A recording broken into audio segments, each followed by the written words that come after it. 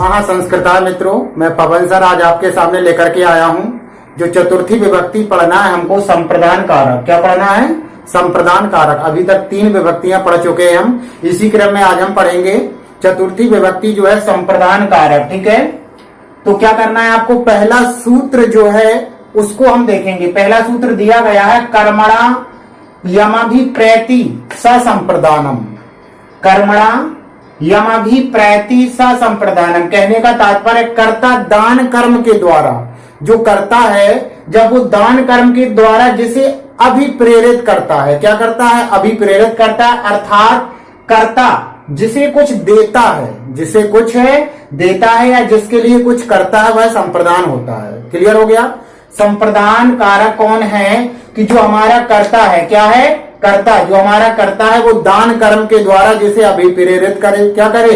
अभिप्रेरित करे, या कह सकते कर्ता जिसको कुछ दे, कर्ता जिसको कुछ देता है या जिसके लिए कुछ करता है। ठीक है, तो वो संप्रदान कारक के अंतर्गत आएगा। इसके बाद देखेंगे हम संप्रदान क्या है।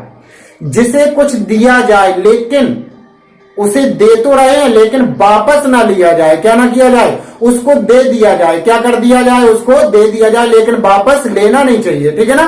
तो कहने का तात्पर्य है, संप्रदान का तात्पर्य हो गया जिसे कुछ दिया जाए लेकिन उससे वापस ना लिया जाए, वही क्या है? संप्रदान होता है। क्लियर हो गया इतनी बात? अच्छा, देखिए अब आपका सूत्र एक कंप्लीट हो गया कि कर्ता दान कर्म के द्वारा जिसे अभिप्रेरित करता है, ठीक है, वह संप्रदान होता है, या जिसके लिए कुछ करता है वह संप्रदान होता है। अच्छा, जो करता है या देता है लेकिन वो वापस नहीं लेना चाहिए, शर्त भी है, ठीक है, वही संप्रदान है। एक क्लियर हो गया सूत्र आपका। चलिए दूसरे नंबर पे चलते हैं। दूसरा सूत्र है आपका चतुर्थी संप्रदान है। ये तो सब लोग जानते हैं, कर्ता ने कर्म को करण से के द्वारा संप्रदान को बोले। चतुर्थी में क्या होगा आपका? संप्रदान।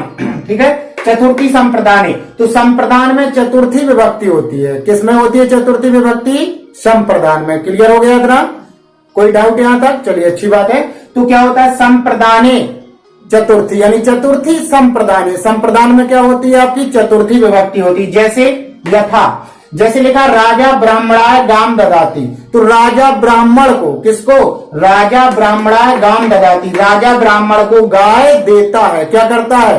राजा ब्राह्मण को गाय देता है। ठीक है, तो राजा ब्राह्मण को गाय देगा, दान देगा, लेकिन वापस तो नहीं लेगा ना। तो इस कंडीशन में यानी कि कह सकते हैं इस स्थिति में आपका जो होगा वो कौन सी विभक्ति होगी? चतुर्थी, यानी कि संप्रदान कारक होगा। क्लियर हो गया इतना? चलिए आगे देखिए। तीसरा आपका सूत्र जो है वो दिया गया रुच अर्थानाम प्रियमाणा। रुच अर्थानाम, रुच अर्थानाम प्रियमाणा। रुच का मतलब होता है अच्छा लगना। रुच का मतलब क्या होता है? अच्छा लगना। तो रुचि अर्थानाम यानी रुचि अर्थ की धातुएं जितनी भी है, तो प्रियमाणा यानी रुच माने अच्छा लगना या पसंद आना, तथा इसी प्रकार की और भी जो अन्य धातु है उनके प्रयोग में जो प्रियमाण यानी कि प्रसन्न होता है, मतलब जिसको कुछ देने में जो प्रसन्न होता है, ठीक है, तो उसमें आपकी कौन सी विभक्ति होती है वही समझाया गया। जो पसंद या जिसको पसंद होता है या जो प्रसन्न होता है, तो उसमें चतुर्थी विभक्ति होती है। किसमें? किस शब्द में होगा? मालूम है ना किस शब्द में? जो प्रसन्न हो रहा है, यानी कि जिसे मिल रहा है। क्या हो रहा है? मिल रहा है। जैसे यथा दिया गया महाम मोदकम रोचते, मुझे लड्डू अच्छे लगते हैं। क्या कहा गया? महाम मोदकम रोचते, मयम मोदकम रोचते। तो महम किसे? मोदकम लड्डू, लड्डू किसे अच्छे लग रहे हैं? मुझे। तो महम में आपका क्या होगा? चतुर्थी विभक्ति होगी। कौन सी होगी? चतुर्थी विभक्ति जो आपकी है संप्रदान कारक वो होगी। अभी बतलाया गया ना, जिसे चीज वो अच्छी लगे, इस प्रकार का मतलब क्या होता है? चाहे ना, इच्छा। तो रुच अर्थानाम प्रियमाणा, रुच का मतलब होता है अच्छा लगना या पसंद आना, जिसे वो चीज अच्छी लगे या फिर पसंद आए और उससे उसे वो प्रसन्नता हो, जिसमें वो प्रसन्नता हो रही है जिस शब्द में या जिस वस्तु में। तो कहने का तात्पर्य है उसी में आपका क्या होगा? कहने का तात्पर्य उसी में आपका कर्म चतुर्थी विभक्ति यानी कि संप्रदान होगा। ठीक है, क्लियर हो गया? अब देखेंगे चौथा सूत्र कह रहा है। चौथा सूत्र है आपका क्रुद्ध द्रोह यास्र सुयर्था नाम यम प्रतीकोपा। क्रुद्ध यानी क्रोध करना, द्रोह का मतलब हो गया द्रोह करना, और ईर्ष्या का मतलब हो गया ईर्ष्या करना, और असूय, असूय का मतलब हो गया जलन करना। अर्थानाम यम प्रतीकोपा, और इसके जैसी और अर्थ वाली जो भी धातुएं होगी, क्या होगी, जो भी धातुएं होगी उसमें कौन सी विभक्ति होगी, चतुर्थी विभक्ति होगी। लिखा है जैसे, लिखा है, सूत्र देखेंगे पहले, क्रोध द्रोह ईर्ष्य असूय अर्थानाम यम प्रतीकोपा। क्रोध है क्रोध करना, द्रोह ईर्ष्य असूय, इस प्रकार की धातुओं में चतुर्थी विभक्ति होती है। और किसमें होती है, जिसके प्रति क्रोध किया जाए, जिसके प्रति क्या किया जाए, क्रोध किया जाए, उसमें होगी, क्रोध करने वाले में नहीं होगी। किसमें होगी, जिसके प्रति किया जाए। लिखा है ना, प्रतिकोपा, यम प्रतिकोपा, जिसके प्रति क्रोध हो, यानी जिस पर हम गुस्सा करें, नाराज हो, उसमें होगी। देखें आगे, तो लिखा आपका यथा जैसे, पिता पुत्राय क्रोध्यति, पिता पुत्राय क्रोध्यति, जो पिता है पुत्र पर क्रोध कर रहा है, पुत्र पर क्रोध करता है, पिता पुत्राय क्रोध्यति, पिता पुत्र पर क्या कर रहा है, क्रोध कर रहा है। क्या कर रहा है, क्रोध। तो नाराजगी किस पर है, पुत्र पर, तो पुत्र में चतुर्थी होगी, ना कि पिता में। किसमें होगी, तो पुत्राय, चतुर्थी विभक्ति पढ़ लीजिए आप, क्या आएगा, पुत्राय। ठीक है, शब्द रूप जब मैंने पढ़ाया आपको तो अच्छे से कंठस्थ कराया है, तो अब समय बर्बाद करने की जरूरत नहीं है। तो पिता पुत्राय क्रोध्यति, तो किस पर क्रोध हो रहा है, पिता पुत्र पर, तो पुत्र में चतुर्थी होगी। यही कहा गया यम प्रतिकोपा, जिसके प्रति क्रोध किया जाए, द्रोह किया जाए, ईर्ष्या की जाए या जलन हो जिसके प्रति, उस पद में होगी। ठीक है, क्लियर हो गया होगा, आशा करता हूं। इसके बाद देखेंगे नेक्स्ट जो आपका है पंचम, जो आपका सूत्र है, इस स्प्रेह रीप्सिता, स्प्रेह रीप्सिता, स्प्रेह रीप्सिता, स्प्रे का मतलब होता है चाहना। तो इस धातु में जिस वस्तु की चाह हो, इच्छा हो, जिस वस्तु की या चाह होती है, उसमें चतुर्थी विभक्ति होती है। जिस वस्तु की इच्छा हो, जिस वस्तु की इच्छा हो। देखिए अब अभी था कि जिस पर क्रोध हो, यम प्रतिकोपा, जिस पर क्रोध हो, यम प्रतिकोपा, जिस पर क्रोध हो, वो अब है जिसकी इच्छा हो, जिसकी क्या हो, इच्छा हो। लिखा है आपका, देखेंगे इससे और क्लियर समझ में आ जाएगा कि उसमें चतुर्थी विभक्ति होती यथा जैसे, अहम संस्कृता स्प्रयामि, अहम संस्कृताय स्प्रयामि। क्लियर हो गया, अहम संस्कृता स्प्रयामि, यानी मैं संस्कृत को चाहता हूं। क्या करता हूं, मैं संस्कृत को चाहता हूं, मैं संस्कृत को क्या करता हूं, चाहता हूं, या मैं संस्कृत को पसंद करता हूं। तो किसको, संस्कृत को, किसको, अभी क्या बताया था मैंने, जिस वस्तु की चाह हो, इच्छा हो, चाह का मतलब इच्छा कह लो, चाहना कह लो, स्प्रे का मतलब। ठीक है, तो जिस वस्तु की इच्छा या चाहना हो, उसमें क्या, उसमें होगी जिसकी इच्छा हो हमें। ठीक है, इसके बाद जैसे लिखा है रमा पुष्पेभ्या स्प्रयति, तो रमा जो है फूलों को चाहती है। किसको चाहती, तो किनको चाह रही, फूलों को।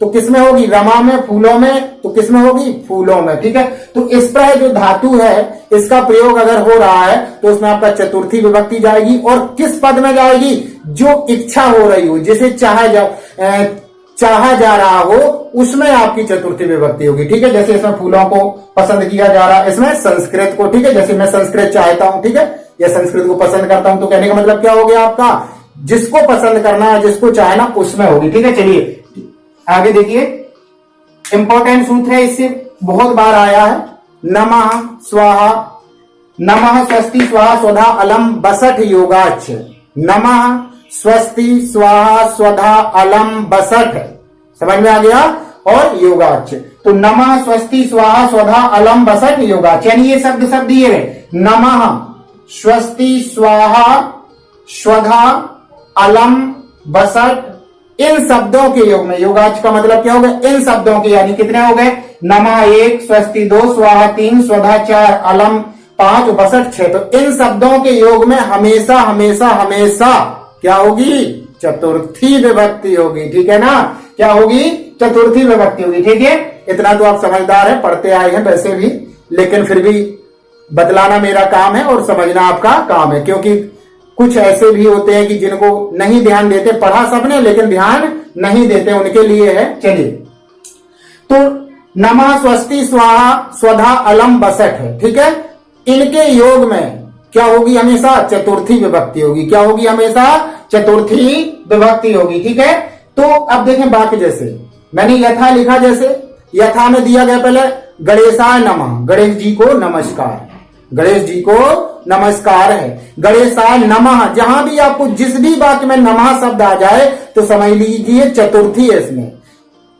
स्वस्ति शब्द आ जाए चतुर्थी है, स्वधा शब्द आ जाए, स्वाहा शब्द आ जाए, अलम शब्द आ जाए, बसट शब्द आ जाए तो नमः, स्वस्ति, स्वाहा, स्वधा, अलम, बसट, ये 6 शब्द जहां भी आपको देखने को मिले तो आंख मूंद कर, मतलब आंख मूंद कर नहीं, आंख खोलकर टिक लगा देना कि इसमें क्या होगा आपका, कौन सी विभक्ति जाएगी, चतुर्थी जाएगी। ये सूत्र अच्छे से कंठस्थ करिए, नमः, स्वस्ति, स्वाहा, अलम, बसट, ठीक है, ये 6 हैं जो आपके शब्द, नमः, स्वस्ति, स्वाहा, स्वधा, अलम, बसट, नमः, स्वस्ति, स्वाहा, स्वधा, अलम, बसट, ये 6 शब्द हैं जिसमें। तो चलिए बार बार नहीं दोहराऊं, समय भी अमूल्य है आपका। चलिए जैसे मैंने लिखा गणेशाय नमः, गणेश जी को नमस्कार है।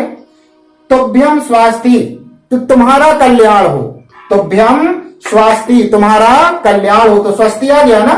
इंद्राय स्वाहा, इंद्र के लिए स्वाहा, ठीक है, इंद्र के लिए स्वाहा।